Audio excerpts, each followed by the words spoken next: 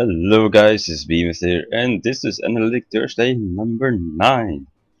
And this one is called Rush. Why? Well, you will see in just a moment, because this is a very fast-paced one.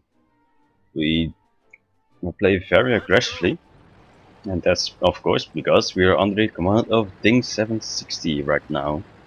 Because the seeds are very experimental and mostly aggressive at times.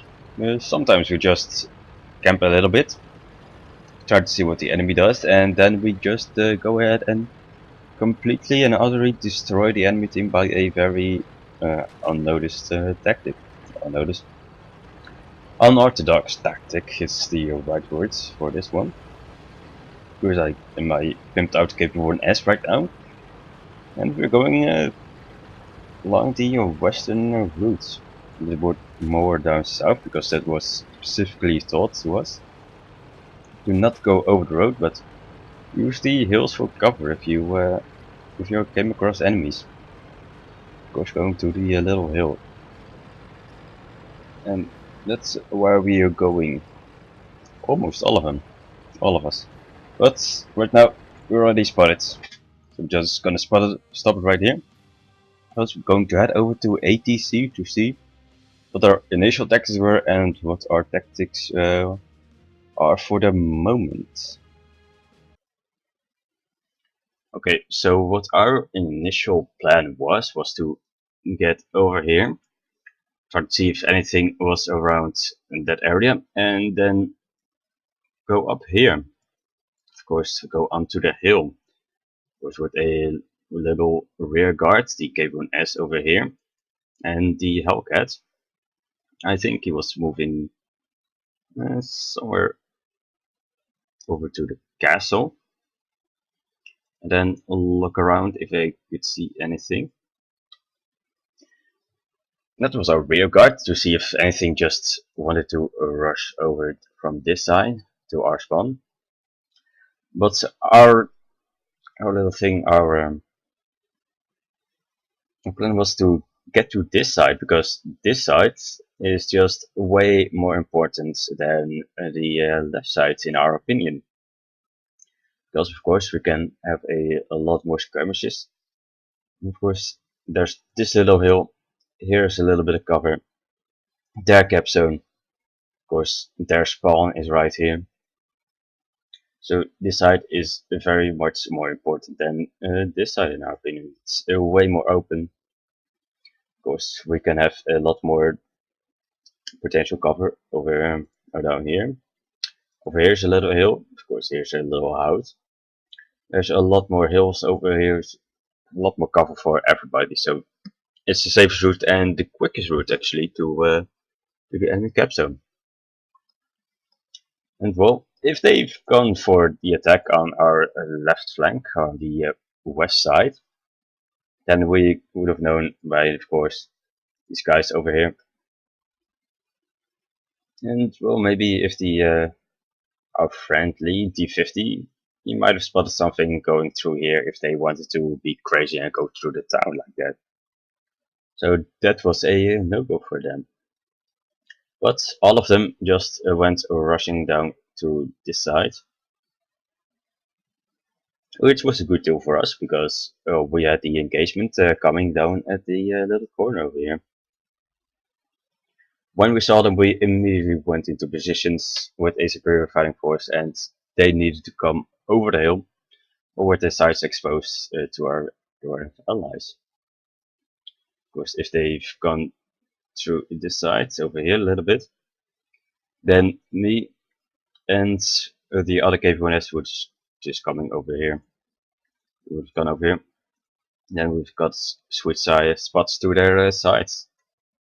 And if they want to go over the hill to engage us, then of course Ding and I think Rufius would have made the engagement on the bottom of their tanks, because they went over the hills and they would have been destroyed very effectively. So we have the engagement on our hand, and now we need to create an advantage for our team. So we need to deal with these guys first. And they're coming over the hill. That means that we have a very good shot on them. on the lower plates and of course on the sides if I have the chance. That's already one KV-1S taken care of, and with one shot being put into Ding, yes, into Ding of course. So I'm just the furthest up front, the others are behind me in a good shooting range, shooting distance. Yes. I wanted to go for the cheek of the turret, which is fairly easy to penetrate, but unfortunately it just went a little bit more wide and just ricocheted off. Trying to spot them again for the enemies in our backs, or the friendlies in our backs, I must say. Everybody's here. So right now we're thinking, okay, what should we do right now? Of course, finish off the Type 59 first.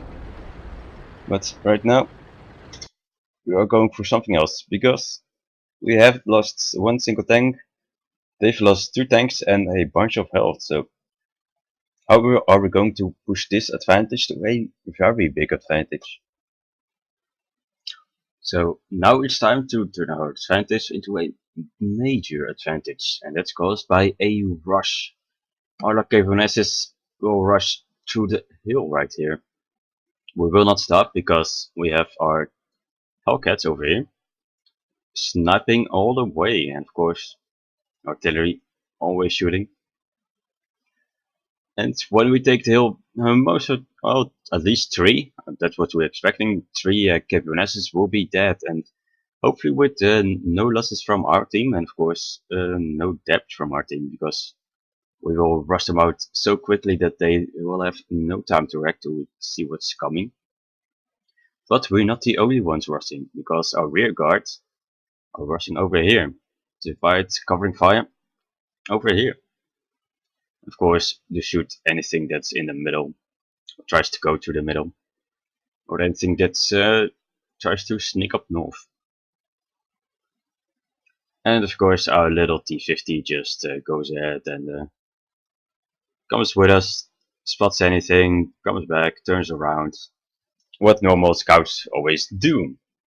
Maybe not this aggressive, but we're trying not to get anyone killed. And with a rush that is very aggressive, but when played out well, of course we'll have a major advantage and no deaths on our side. And if we do it well enough, no deaths on our side, and lots of enemies dead, we'll have no time to react. And we have taken one major spot on the enemy's front, and that is this hill.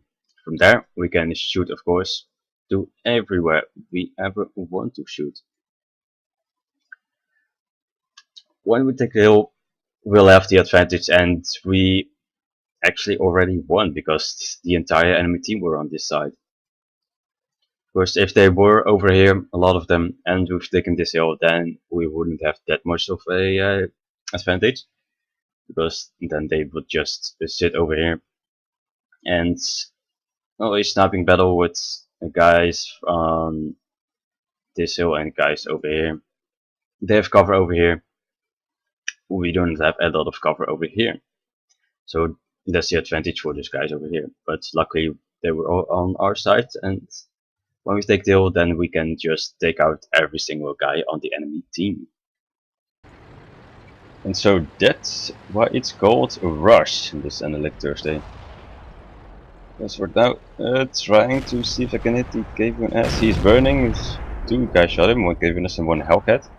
Hellcat of course have a very good accuracy. Unfortunately just missed him and he survives with 70 HP left. But now we're going for the rush, which means we do not stop to shoot at the enemy. So shooting on the move, don't care. He snapshots me, or tries to snapshot me, but he fails utterly. So that's him out of the game. 30 seconds for him remaining. And I want to shot him, but I was reloading and I heard RD scream, nope, he's me, he's from me, he's for me. It's my kill. That's my kill, damn it. Anyways, I did get tracked and they did not use my repair kit because I was in no danger whatsoever.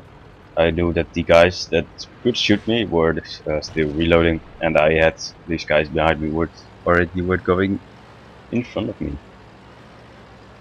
Of course, full HP on first, T-150 over there.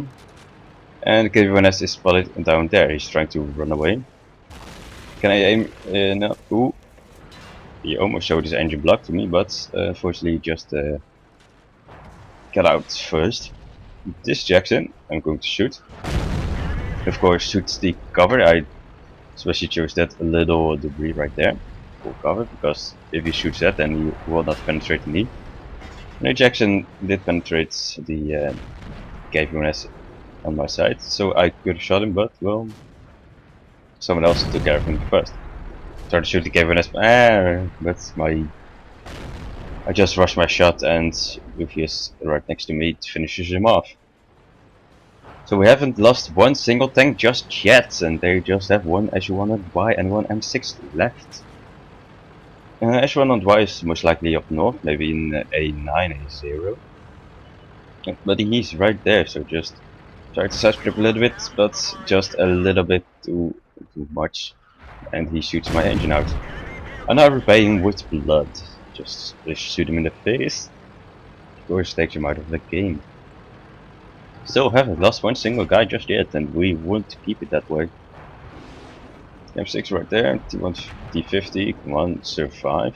He shoots him once and runs away very bravely. Just gets 2 shots from the KV-1S from the Hellcat, and I finish him off. 5 kills in a tank company battle. And no casualties whatsoever. Which is very, very good indeed. So that was a very fast-paced one. Of course, the rush is always fast-paced, and I actually quite enjoy playing with a bit of a rush and a very aggressive playstyle, because I play that as well as on my random games. So I didn't mind this one at all. Fortunately, I missed 3 shots, but most of them were just on the move or just quick shots that I might have taken out somebody extra, but they were already getting taken out by our friendly teammates. So it doesn't really matter that all. Of course, I did a whole lot of spotting damage and force damage myself, so that's always a very good thing. On the leaderboards, yeah, of course, no, not of course, but I'm on top, but it is the tank company, and it's not about the individual. It's about a team. Yeah. Words, very difficult. Anyways, it's about the team, and our team did do very, very well. Nobody died, and the entire enemy team died. We spread out damage very, very well. So, yes, battle duration just under 5 minutes, very, very good. Potential damage received 830, more than I could have survived with, so it's also a very good thing. Over 1400 damage, which is 6 penetrating shots, a very good thing. Damage on spotting, yeah, I was the furthest up in front, so I spotted a whole lot of guys, and of course T50 was, well, the T50 was running elsewhere. I was doing the spotting for our fighting force. So that's a very, very good thing as well.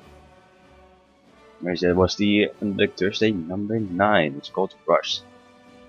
Next week, number 10. It's a special one, and you will see why in the next week, because I actually commanded the tank company. Yeah, so look out for that one next week.